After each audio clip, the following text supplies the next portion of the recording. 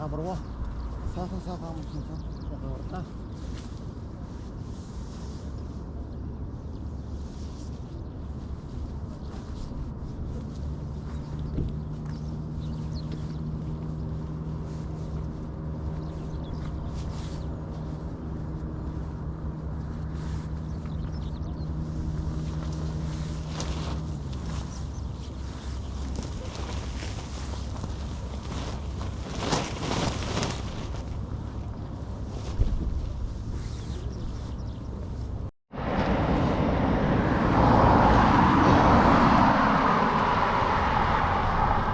Яа, сайн бацгаана өглөөний минь.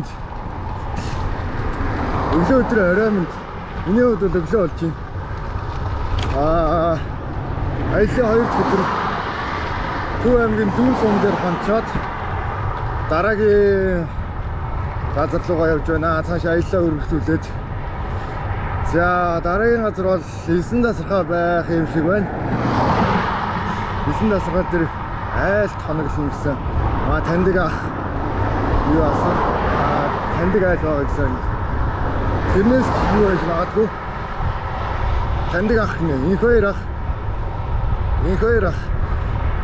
9 тасархай дээр айл хоноглоно гэдэг. Тим яриа өчигдөр ярьсан. Тэгээд тэр айл хоноглох нөө эсвэл хажууд нь өөртөө майхнаа бариад хоноглох нөө. За ямар ч тач юм байна. Алдсан хэд хэдэн зүйл өчигдрөө орой гарч ирлээ. Ямар ч хэрэггүй зоонтог авч явсан байна. За тэгээд ямар ч хэрэггүй зарим нэг юмнууд нэлээд байна.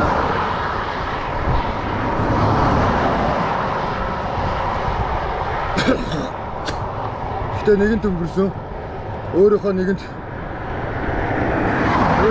болсон зовлон зовлогоо юу байна? Үүрн бүх ачаануудаа үүрэл дараагийн газар руу явна да. Аяллаа үргэлжлүүлэл явна да дараагийн газар руу ч. Аяллаа үргэлжлүүлсээр байх болно. За тэгээд машинууд минь болгоомжтой явцгаараа ингээд өхөр мөргөөл дээрээс нь юу агаал өөрсдөө ингээд алга болчихсон юм аа. Хит хурдтай явцгааж байна. За та бүхэн харж ивэл хотоос гараад 137 км-ийн шам дээр ирсэн байна. Лүнг бол map дээрээс хахад 140 км гэж байдаг. За уулын ирлээтэй нийлээ 150 км болдог. Гэтэл 137 болчлоо.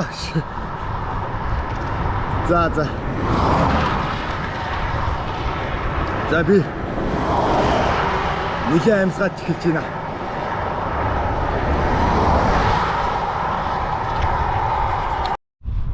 За сайн бацгаана уу?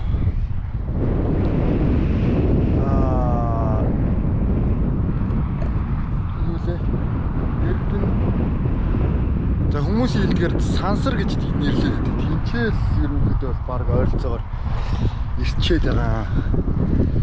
Өнөөдөр бол нэлээд хүнд байлаа. Өглөөний нар бүр шарахыг бол өстой яг үзүүллээ.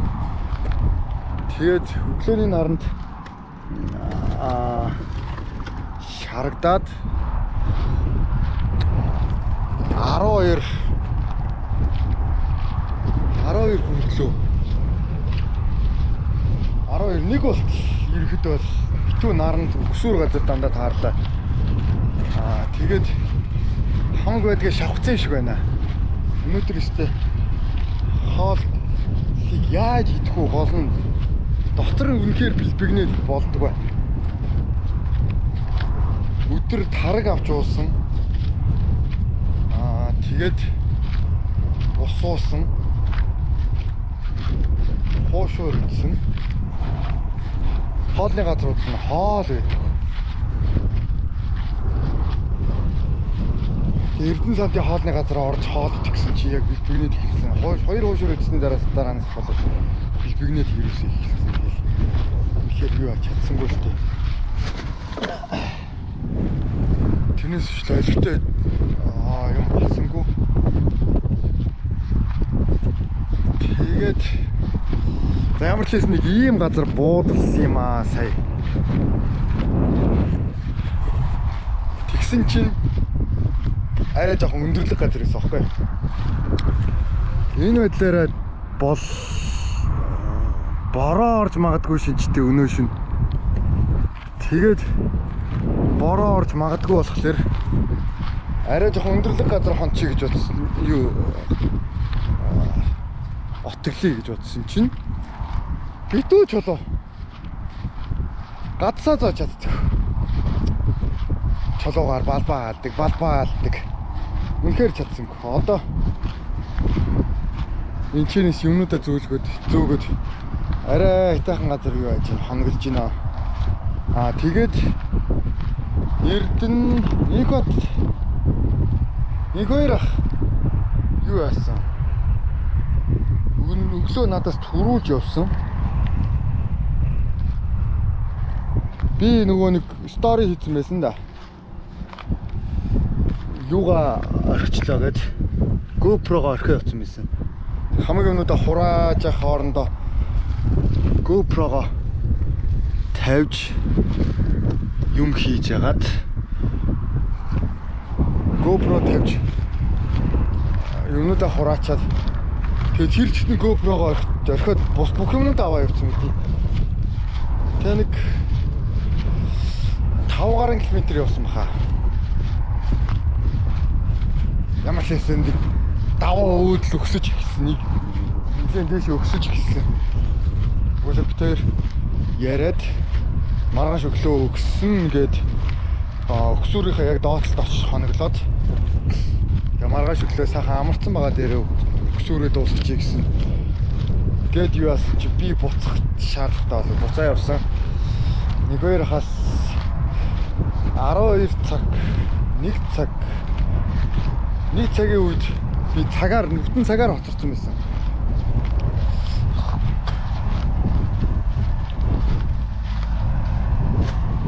Тэгээд бүтэн цагаар хоцорсон байсан болохоор одоо битээр тустай газар хоногдож байна. Миний шүрмэс татаад ирсэн явдаг.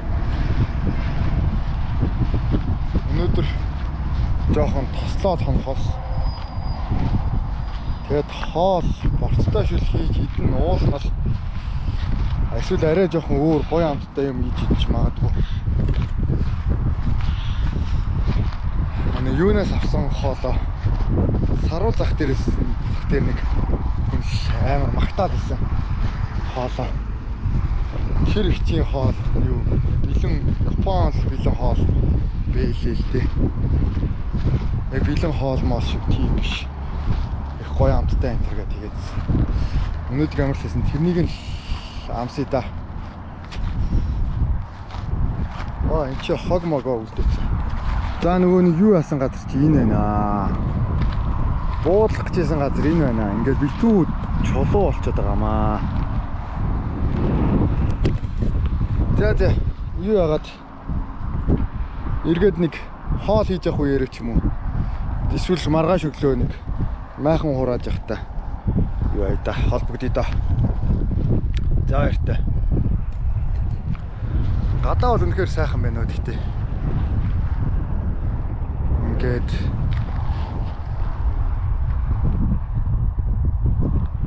жоохон салхитай. Наахнаа барих гэж бас жоохон ажил боллоо. Гэтэ яах вэ? За өрөөцөн байгаад уучлаарай. Угаасаа л аялалд явж байгаа хүн яаж энэс сайхан байх вэ? Дугуйтай аялж байгаа. Одоо 2 дахь хоног дээр шүрмсний байдалтай гар зогсно гэдэг амар байна. Тэгээд цаашдаа хэр удаан явах бол гэд гайх чинь. Амар л хэлсэн явах зорилго болохоор нэг хэд хэдэн газар байгаа. Наан хамгийн наадлын очих цэг гэж байгаа. Цаашаага явж чадах цэгийг шийдтээ. За тийм байна да. Баяртай.